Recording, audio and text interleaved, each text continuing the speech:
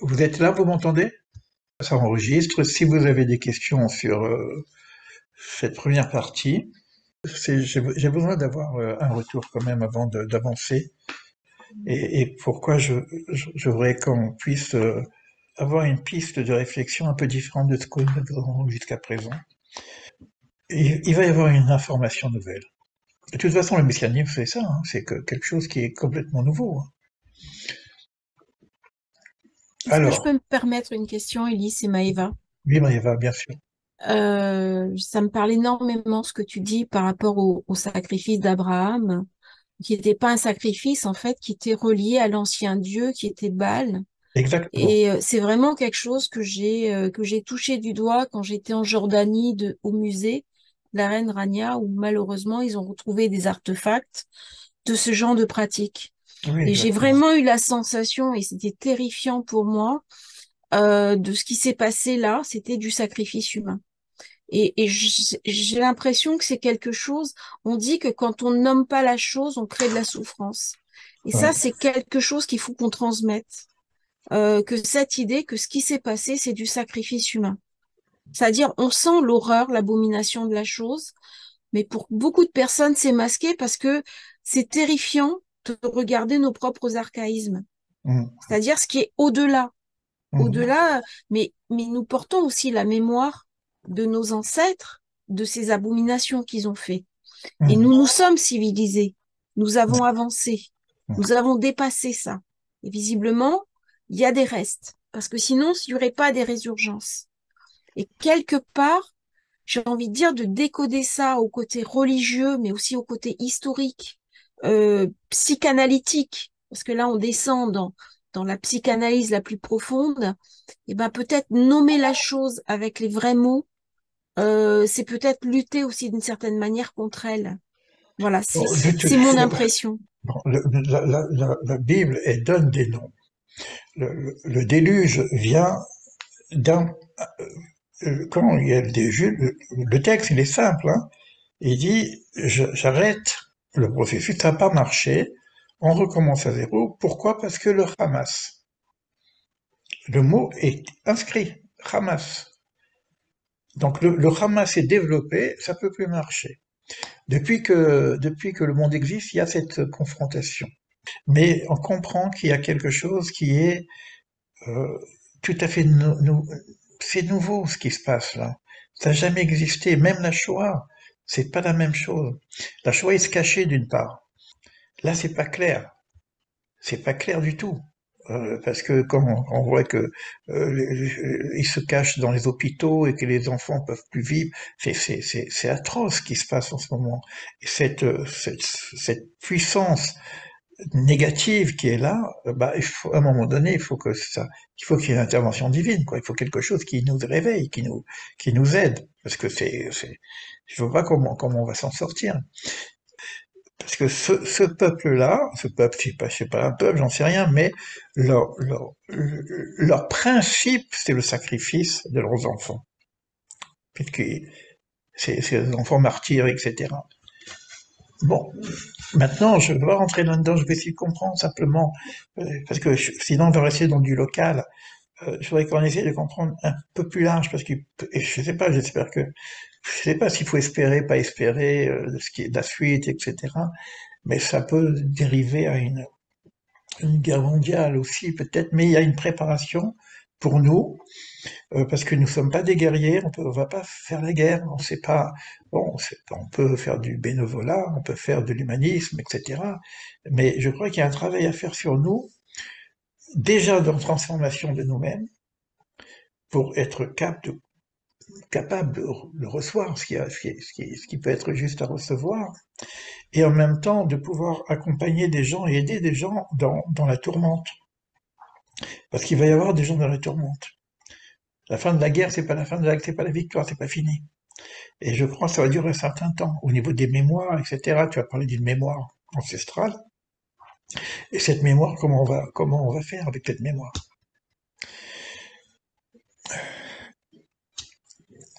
Est-ce qu'il y a d'autres questions, des échanges? Est-ce que je peux dire quelque chose? C'est Oui, Bernadette. oui, Bernadette. Moi, je dirais, il y a tellement de choses à dire, mais je dirais simplement que la lecture fondamentaliste des textes, c'est excessivement dangereux.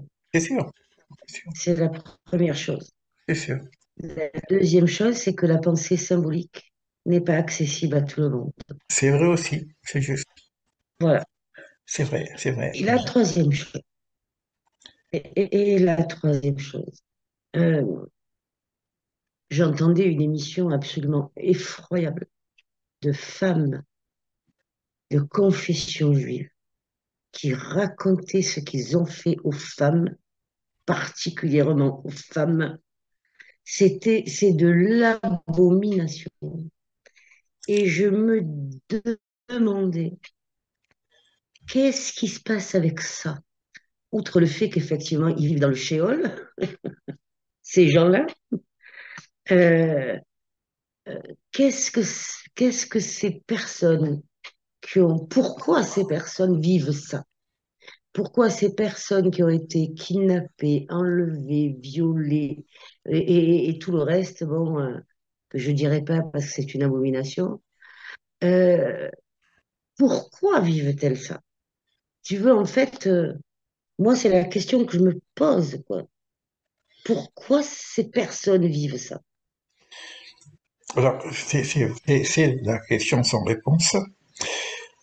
Après, l'autre réponse, l'autre question un peu sans réponse, est Dieu dans tout ça.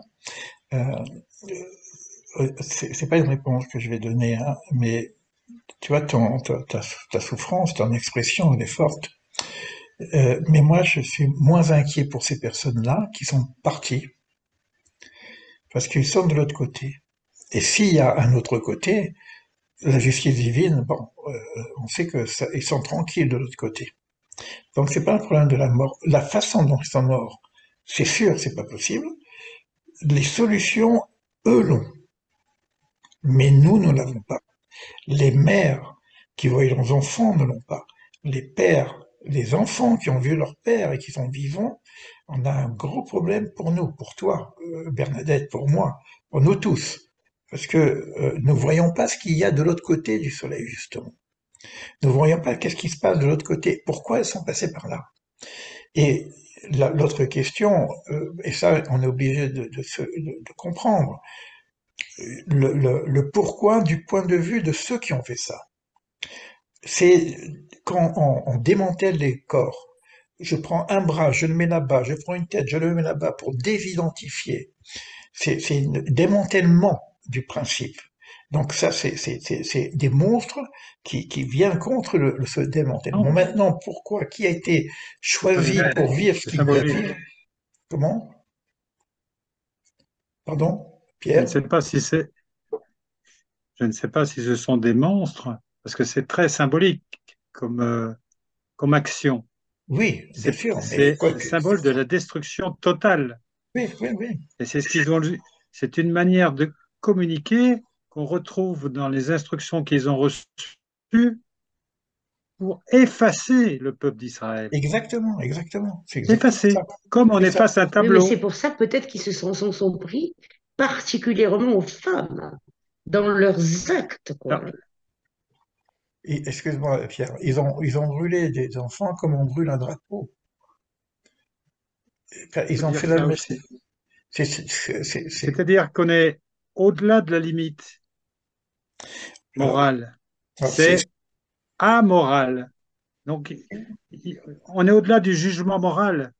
C'est amoral, c'est sans morale. Donc, c'est inaccessible, à mon sens, à l'intelligence que nous avons. alors, du fait que ça soit Et inaccessible, on peut peut-être s'y aventurer, mais ça risque d'être à notre dépens. exactement. Vaut mieux se tenir à distance. Ok, d'accord. Moi, ce que je voudrais faire, c'est éclaircir juste un point, c'est par rapport à la Nagat Hashem, à la conduite divine. Donc, je vais ouvrir. Vous voyez là l'arbre de vie? Ah oui, l'arbre de vie.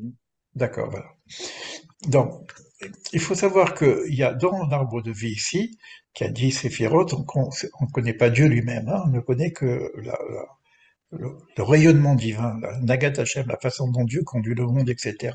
Donc c'est comme ça qu'on parle. Donc il y a les trois supérieurs.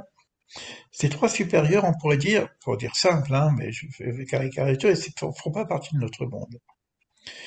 Mais la couronne en haut, c'est là que se passe cette idée de ce qu'on appelle le grand visage, Eren Paim, l'amour inconditionnel, etc. Il n'y a pas de principe bien-mal. Oui, et en plus il est au milieu, hein, d'accord? Euh, Lorsqu'on descend en bas, euh, au centre ici, bon, ils ont mis la beauté, bon, parce que j'ai peut-être pas pris la belle image, bon, c'est Tiferet, hein, c'est au centre, c'est l'harmonique entre l'amour d'Abraham, ici, Chesed, et la Gevura, la force, si vous voulez, de la justice. Et on a ici le principe Tiferet, et c'est là que se situe ce qu'on appelle un Nagat Hashem, la conduite de Hashem, Yudke Vavke. Mais je veux dire en même temps que ici, toute cette partie, les six qui sont en bas, avant ici le royaume où ça sera la réalisation complète, euh, les six, il faudrait que je reprenne une autre image. Là, vous devez la voir, hein? Oui. D'accord, voilà. Alors en haut, les trois supérieurs, on va dire que c'est un autre monde. Et ensuite, on a les six en dessous. Et ici, au centre, qu'on appelle le cœur, Tiferet, c'est là que se situe le nom d'Hachem complet. Et ce nom d'Hachem complet est dans la partie du petit visage, c'est-à-dire de la justice en même temps. Le Mishpat, on appelle ça. Même l'amour ici d'Abraham, Chesed, qui on appelle la joie, il est aussi là-dedans. C'est-à-dire qu'on est dans ce qu'on appelle l'amour conditionnel. C'est-à-dire qu'on ne peut pas aimer n'importe quoi. Vous n'allez pas me demander d'aimer ces assassins, ces horreurs. C'est pas possible. Dans la formation du monde, il va y avoir des limites. Et lorsque l'incarnation doit se faire jusqu'en bas dans la Malchut, c'est basé aussi sur une certaine justice, qu'on appelle Elohim. On ne peut pas accepter un monde où on tombe dans ce désordre, dans cette horreur. Donc il y a une nécessité d'équilibre de la balance et que la Malchut puisse se réaliser. C'est-à-dire la royauté divine. La royauté,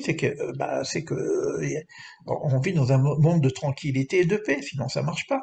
Donc le principe ici de Yudke Vavke, de Tiferet, il est dans le cadre de la justice aussi.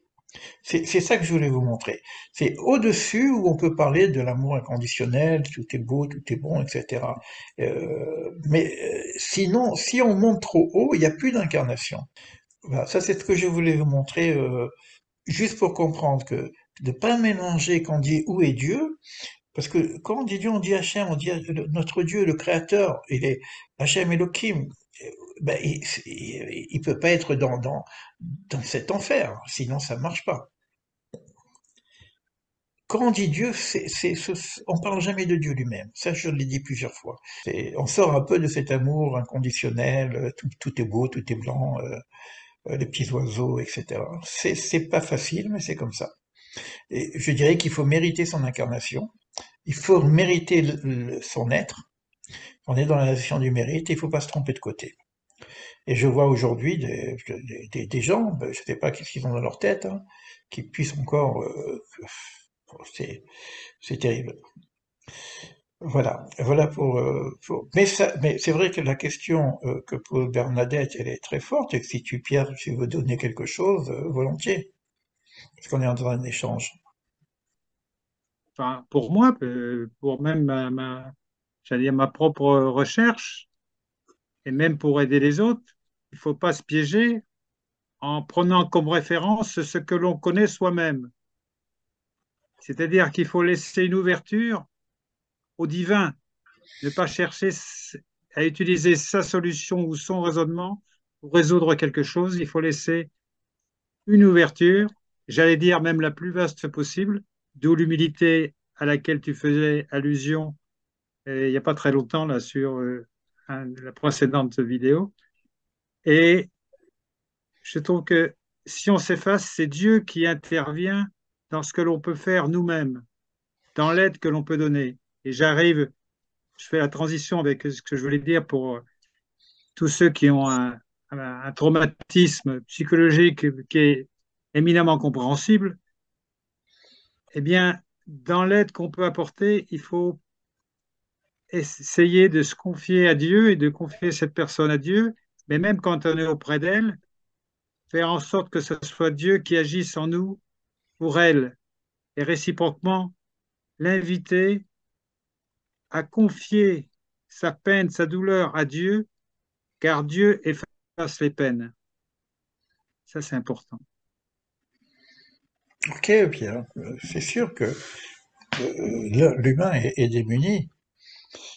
L'humain est démuni, euh, mais je suppose aussi que parmi ces gens-là, il y a une cassure qui a pu se faire aussi dans ce domaine-là. Moi, ce que je retiens de ce que tu dis, d'ailleurs, ce que j'ai dit plusieurs fois, euh, c'est quand on est dans ce brouillard où la seule chose qu'on peut savoir, c'est qu'on ne sait pas, et qu'il devrait se passer quelque chose au-delà de ce que nous savons déjà. Comme tu viens de dire, aussi bien c'est la symbolique séphirotique qu'on utilise, là j'ai voulu simplement l'utiliser pour parler de la conduite divine et pour qu'on évite de penser euh, qu'il puisse y avoir une action divine. C'est compliqué ce que je dis, parce que si tout est Dieu, ben on sait plus comment ça marche. On est dans une dualité. Il y a un principe du bien et du mal. Il y a un véritable mal qui a pris une épaisseur qui est insupportable pour l'humain. Notre cerveau n'est pas capable d'emmagasiner cette chose-là. Et comme tu l'as dit aussi, Pierre, on a besoin d'un éclaircissement, pas simplement une fois. Moi, je considère qu'aujourd'hui, on a besoin d'un éclaircissement divin. Et le texte, c'est pas le mien parce que je sais pas dans quel texte je suis tombé sur ça. Je l'ai partagé aussi. Que ce que tu dis, ça, ce que toi tu dis, il faut intégrer le divin, partager le divin, etc. Moi, je dis aujourd'hui qu'il faut oser le cri. Il faut lui demander à lui de se réveiller. C'est Oui, pas à mais moi. je suis complètement d'accord. Mais la prière Non, humblement émise avec confiance est active. Et c'est sûr que Pierre, je t'avais dit que j'avais envoyé un petit. Oui, Pierre, je suis d'accord avec toi parce que ça c'est du connu, mais je pense que le cri, c'est sortir de ce que nous savons déjà. Le oui, prophète, il dit, il crie, il dit non. Pourquoi? Et il se met même en porte-à-faux. C'est-à-dire qu'à un moment donné, c'est pas que moi je vais avoir la foi et que je vais rester encore dans cette même énergie parce qu'on est comme ça, on a besoin de la foi, etc. Mais le cri, c'est dire, là, on a été trop loin, il y a quelque chose qui nous dépasse, on a besoin d'un éclaircissement de ta part. Pas, oui, oui, mais c'est très bien. pas que moi simplement ma foi me permet de me soulager. On a besoin, et Oui, c'est passé, parce que ce qu'on a lu d'ailleurs, j'ai l'impression que tout ce qu'on a lu ne sont que des petites graines, des prémices. Même mes livres, je relis mes livres, j'ai merde, j'ai mis cette graine, j'ai mis cette graine, mais c'est pas encore poussé, la fleur n'est pas sortie, et ça va sortir. Mais ça va sortir avec une pluie qui est pas moi qui viens arroser, une pluie divine, comme ça s'est passé en c'est Égypte. ça. Oui, En Égypte, on appelle les Makotes. Il y a eu ce qu'on appelle des miracles aussi. Je dirais qu'on a besoin d'un miracle. On a besoin d'une visibilité au-dessus du ciel. Pour que, pour soulager ces gens-là, euh, il y a quelque chose qui doit transcender tout ce que nous avons connu jusqu'à présent. Ça, c'est ce que je ressens aujourd'hui. Parce qu'on est dans la limite de l'absorbable au niveau de notre capacité humaine, au niveau de l'horreur. Il doit y avoir quelque chose. Voilà. Et je pense sincèrement qu'il va se passer quelque chose, parce que c'est ça le mécanisme aussi, qu'il va se passer quelque chose de suffisamment lumineux pour que cette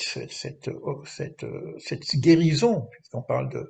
Parce que sinon, si c'est un par un, que je vais voir quelqu'un, je vais lui mettre la foi, que j'ai la foi, etc., c'est ce qu'on a toujours fait jusqu'à présent.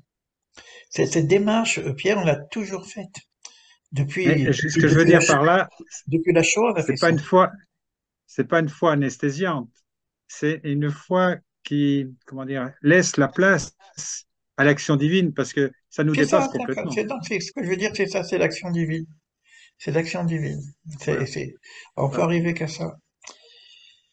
Bon, écoutez, C'est- je sais pas, Heureuse Espérance, tu veux parler? Oui, je voulais parler, juste dire quelque chose d'assez bref, parce que moi, personnellement, ça m'a particulièrement interpellé ce qui s'est passé le 7 octobre, parce que ce samedi noir, clairement, les gens ont dû se battre pour pouvoir continuer à être inscrits sur le livre de vie. Et comme il disait, effectivement, il y en a qui auront forcément des stress post-traumatiques et qui, quelque part, vont devoir mettre entre parenthèses leur vie pour pouvoir se reconnecter déjà à eux-mêmes et arriver à se reconstruire, ce qui est extrêmement difficile dans ce genre de situation. Donc, il y a une unité qui était peut-être moins présente avant qu'il est aujourd'hui. J'ai beaucoup entendu dire des Juifs ça, cette unité, et je me dis que ça amènera peut-être à un tikkun beaucoup plus grand, parce que comme vous disiez, c'est très juste, malheureusement, l'histoire même de la Torah ou d'Israël est totalement occultée aujourd'hui, et c'est ça qui amène un petit peu, je pense, cet aveuglement total aujourd'hui, où on se base qu'à ce qu'on voit, mais on croit aveuglément et on cherche plus la vérité, la lumière quelque part aussi. Et c'est ce que je trouve très triste. En tout cas, quoi qu'il en soit, on sait que maintenant, ce qui est clair, et il y a beaucoup de choses qui sont pas claires, mais ce qui est clair, c'est que Israël est au centre. Il y a de l'antisémitisme qui se développe à un niveau incroyable, malgré l'horreur. Et il y a une sympathie, mais plus que ça, une fraternité de beaucoup de monde, de toutes sortes, de l'autre côté. Il y a une guerre de l'information, il y a une guerre des manifestations, au-delà de la guerre physique qui se passe ici. Et donc, la Torah, le Zohar dit quand il y a des guerres en bas, il y a des guerres en haut.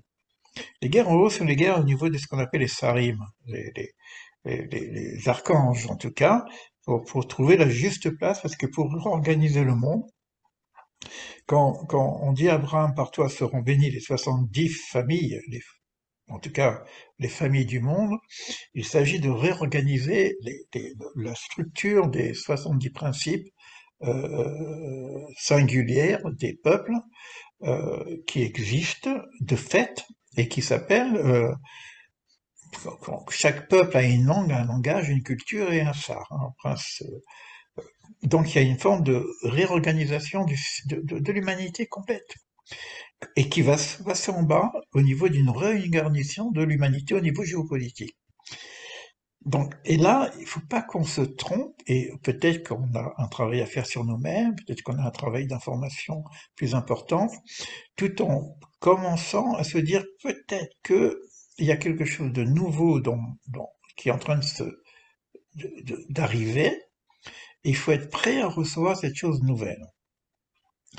Au-delà de tout ce qu'on sait déjà, de cela même, de notre système de foi, etc., il y a peut-être quelque chose de nouveau qui va venir. Et que là, on va rentrer dans la fête des Lumières. Peut-être que ça va se passer dans la fête des Lumières. Peut-être que, je sais pas.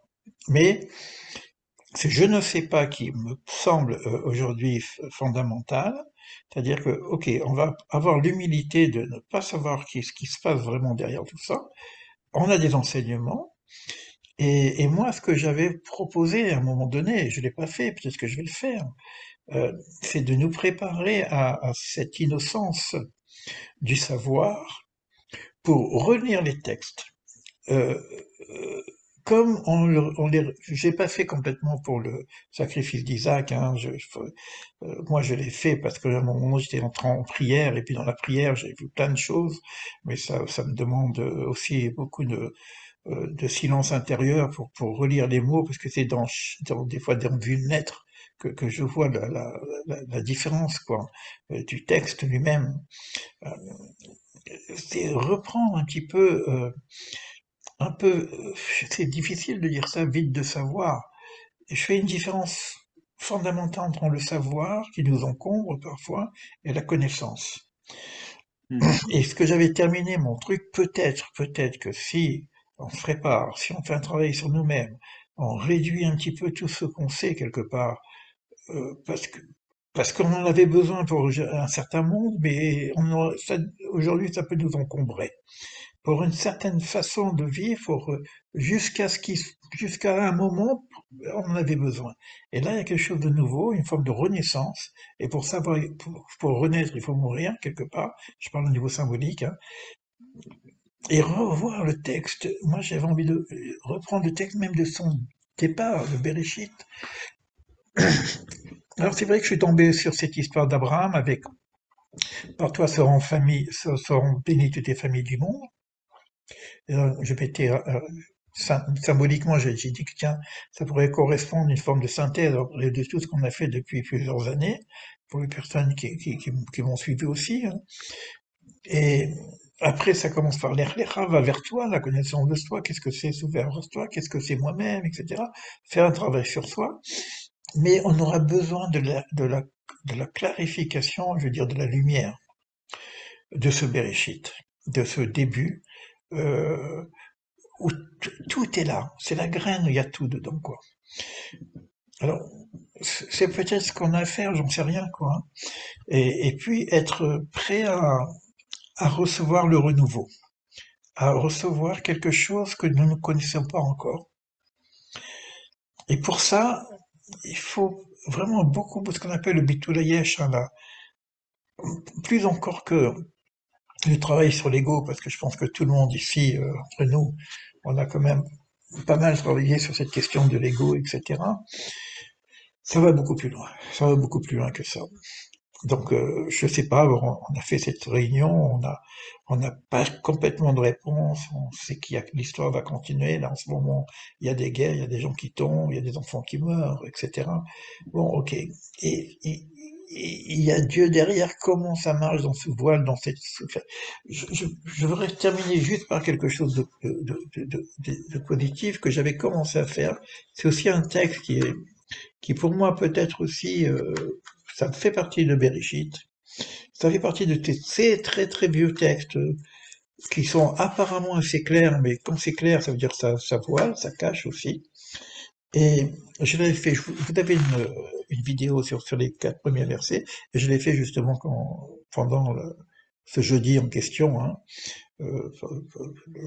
par rapport à, bon, pour ce que vous savez, hein, pourquoi j'ai fait ça, je vais pas y revenir. Mais je reprends le texte ici, qui est le premier chapitre, hein, après ça parle de Tohu Vabou, le monde commence par Tohu Vabou, après le bête, etc. C'est un texte extrêmement concentré, mais qui pour moi peut nous aider, parce qu'on ne le connaît pas vraiment. On le connaît pas vraiment.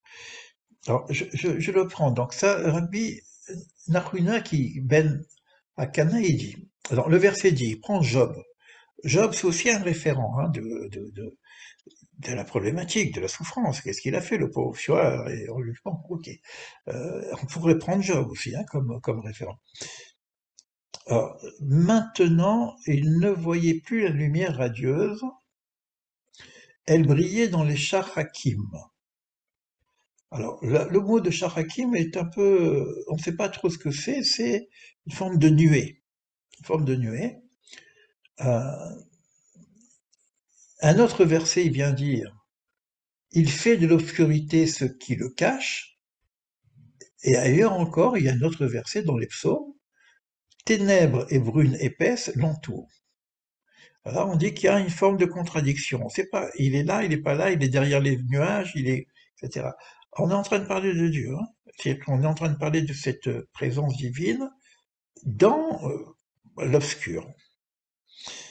Et il dit, viens et vois un nouveau verset pour équilibrer les 2 premiers.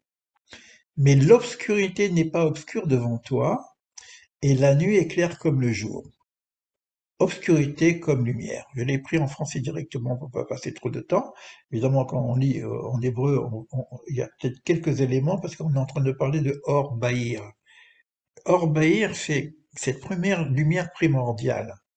Parce que quand on dit Yé Or Vayé Or, que la lumière soit et elle fut, on sait que ça commence par les ténèbres, on voit que le monde est tout va bout, et puis juste après le tout va bout, le texte qui parle, c'est qu'est-ce que ça veut dire tohu et bohu, bohu, bohu. Lui, ou, c'est lui, bo, il est dedans. C'est-à-dire que dans ce tohu, bohu. Alors qu'est-ce que ça veut dire? Il est derrière le voile. Il est derrière le voile. Donc il y a une intervention qui doit se faire. Et comme nous on ne voit pas, ben, on a besoin que le voile s'ouvre. C'est ça que je dis tout à l'heure. Il est derrière le voile, mais alors, ok, il est toujours là, mais qu'on le voie. C'est ça un peu qu'on demande aussi, qu'on dit réveille-toi, mais c'est-à-dire qu'il s'endort. C'est une autre forme aussi qui existe dans la Bible, que il y a une forme d'exil de la présence. Et cet exil, c'est pas qu'il n'y a plus de présence, mais c'est derrière le voile. Et nous, on a besoin aujourd'hui de clarification. Alors, comme on approche de la fête de Hanouka, et la fête de Hanouka est une fête pour éclairer les extérieurs.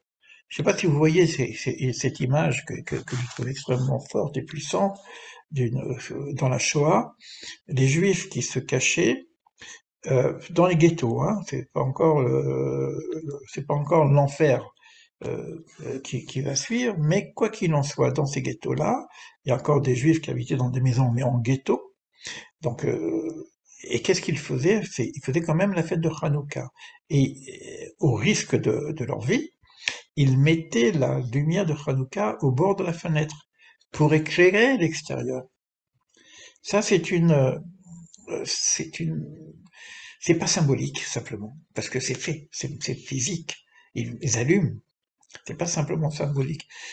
Pour ceux qui vont lire mon prochain livre, je parle de la lumière dans les ténèbres, puisque bon, vous verrez mon expérience aussi des ténèbres, et cette lumière que j'ai pu voir derrière le grillage des ténèbres. Donc ça, bon, certaines personnes non, je ne sais pas si quelqu'un, Léa, oui, est là, parce qu'elle a corrigé un petit peu mon livre.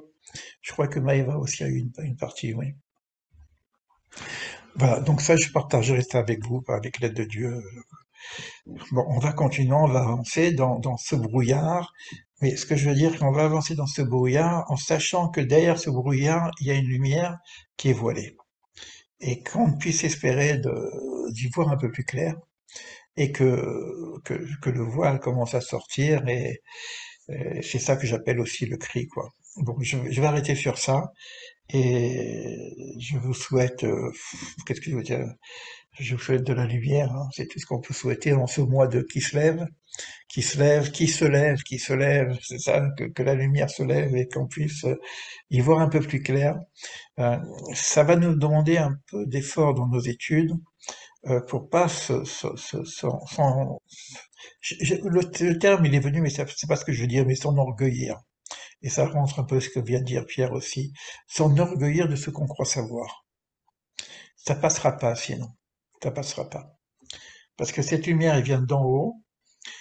Si je prends la chorma qui s'appelle la sagesse, où il y a cette lumière, parce que le chorma il est basé sur le yud du nom divin, et les kabbalistes disent qu'on ne peut pas accéder à ce yud s'il n'y a pas le bitul hayesh, s'il n'y a pas l'humilité complète.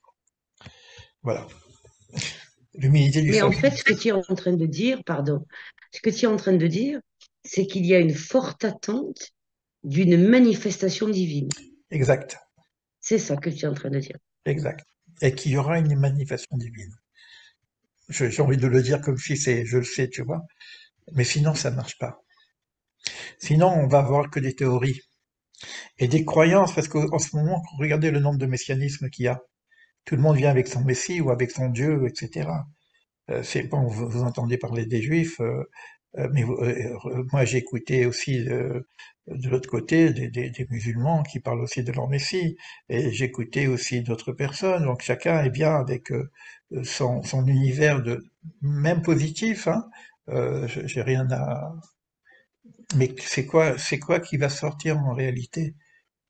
Et au moment où il y aura une manifestation, non pas par rapport à ce que je crois, mais par rapport à lui, et qu'il soit universel, c'est-à-dire que tous les textes qu'on a, tous les textes, même par exemple, vous prenez l'histoire de l'Égypte, afin que vous me sachiez, vous me connaissiez, et Dieu sera connu. Afin que vous prenez tous les textes qui sont noirs, etc., on voit que la finalité, c'est la connaissance de Dieu, d'Hachem, etc. Donc on a bien besoin qu'à un moment donné, ça se réalise. Et là, avec ce qu'on a vécu, on, on a peut-être j'allais dire la chance, c'est peut-être pas une chance, j'en sais rien. Il y a un grand sage qui disait qu'il vienne que je sois pas là parce qu'il sait que ça va être tellement difficile à supporter. Moi, je préfère d'abord, il monte là-haut, il préfère voir ça d'en haut qu'en bas, quoi. Allez, je vais vous laisser. Bon, Merci beaucoup, Elie. on aura l'occasion d'avancer sur ces questions-là. Merci, Elie. À Merci bientôt. beaucoup. Au revoir, à Bonne bientôt. soirée à Au tous. revoir à tous.